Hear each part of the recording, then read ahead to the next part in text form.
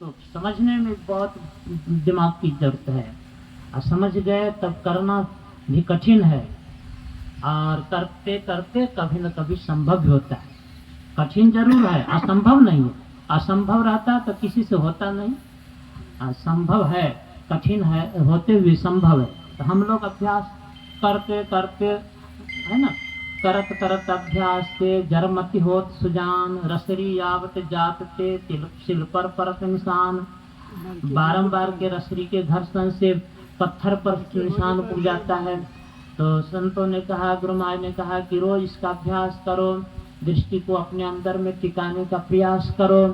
करते करते कभी न कभी वह चिन्ह प्रकट हो जाएगा, जिस चिन्ह का बहुत नाम बतलाया गया, आज्ञा चक्र का केंद्र बिंदु है, तो प्रकट हो जाएगा।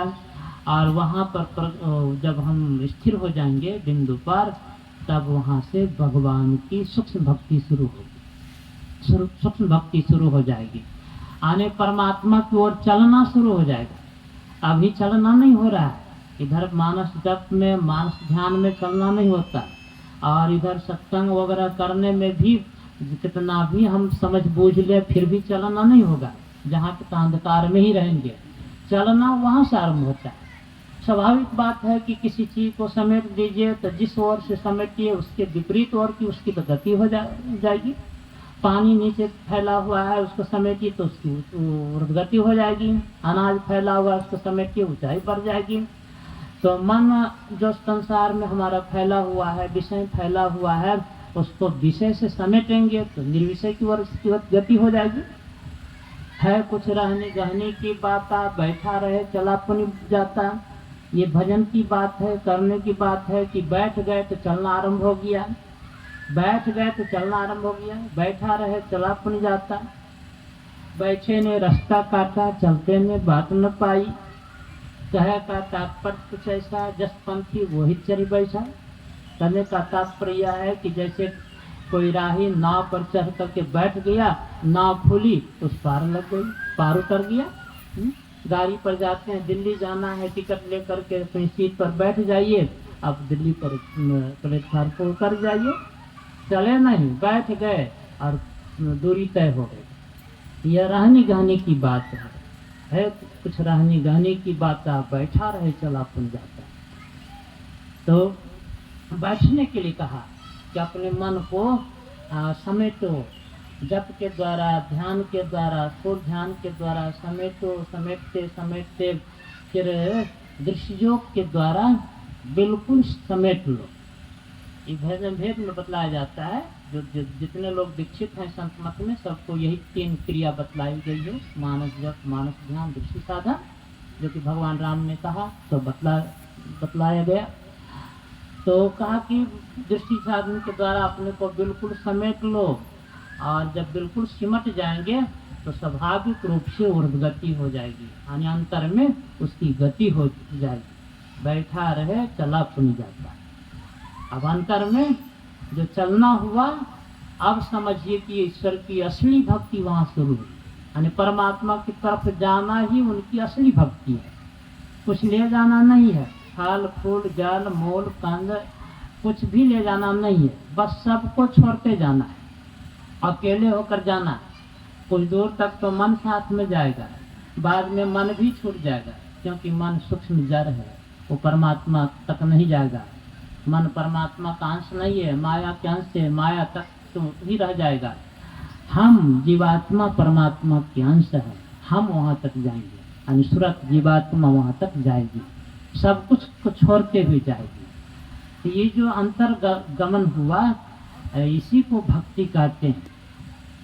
तो ये तो प्रथम छठी भक्ति के बारे में आपने सुना कि दमशीलता के द्वारा, अनिंद्रिय निग्रह के द्वारा अपने को समेट कर अंतर्मुख करते हैं, तब गति होती है। भगवान और भी कहते हैं कि आगे और एक जबरदस्त सहारा मिलेगा परमात्मा की ओर से, जो गुरु पकड़ाते हैं, वह सहारा है शब्द का। शब्द का यानी परमात्मा की ओर से शब्द भी हो रहा है, शब्द भी आ रहा है आ रही धुर से सदा तेरे बुलाने के लिए। तुलसी साहब ने कहा कि हम परमात्मा के अंश हैं, उनसे विछुड़ कर संसार चक्र में भटक रहे हैं, दुख भोग रहे हैं, परमात्मा हमको बुला रहे हैं, लेकिन हम बैरमुख होने के नाते उनकी आवाज को सुन नहीं पा रहे हैं। जब अपने को समेट कर वहां पर तिल पर बिंदु पर स्थिर करेंगे तो बिंदु में कहनाथ बोले रहेंगे बस भावना, परमात्मा की आवाज सुनाई पड़ेगी।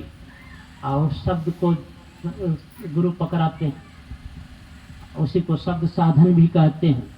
तो उस शब्द में सूरत जब लग जाएगी तो शब्द जहाँ से आ रहा है शब्द ही खींच करके उसको वहाँ पहुँचा देगा। शब्द का गुण है कि जहाँ से शब्द आता है वो सुनने वाले को अपनी ओर खींच लेता है। तो परमात्मा की ओर से शब्द आ रहा है, ये बाहर का शब्द नहीं है, वो अंतर का शब्द है। कैसा है वो जो करते हैं पकड़े हैं उनको पता है। तो परमात्मा शब्द है, उसको पकड़ लेंगे तो उस शब्द के सहारे खींचते हुए परमात्मा तक या राम तक पहुंच जाएंगे। बस भक्ति पूरी हो गई, वहां पहुंच गए, भक्ति पूरी हो गई। ऐसी सेवक सेवा करे जिसका जीव किस आगे धरे। परमात्मा हमसे कुछ नहीं चाहते कि हमको हमारे पास आओ तो ये सब सामान लेकर के आओ, सो नहीं, बस अकेले होकर के आ जाओ, हमारे सामने हाजिर हो जाओ, बस यही मेरी भक्ति है। ऐसी सेवक सेवा करे जिसका जीव किस आगे धरे। तो जो परमात्मा को प्राप्त कर लेते हैं तो परमात्मा से समता प्राप्त, एकत्व प्राप्त कर लेते हैं, गोया परमात्मा ही बन जाते हैं। जानत तुम्हें हो जाई, वह राम का भक्त नहीं बल्कि राम ही हो जाता है। भक्त संत भगवंत अंतर निरंतर नहीं, किमपि मति विमल कह दास तो दिसु। संत और भगवंत में कोई अंतर नहीं रह जाता, इसी को समता कहते हैं। तो सातवीं भक्ति में भगवान राम ने दर्शा दिया कि सातम सम मोहि मैं जग देखा, मोते संत अधिक कर लेखा। सातवीं भक्ति मेरी यही है कि समता प्राप्त कर लो मुझसे। समता प्राप्त कैसे होगी? तो सदगुरु बतलाते हैं कि शब्द परमात्मा के शब्द को पकड़ लो, समता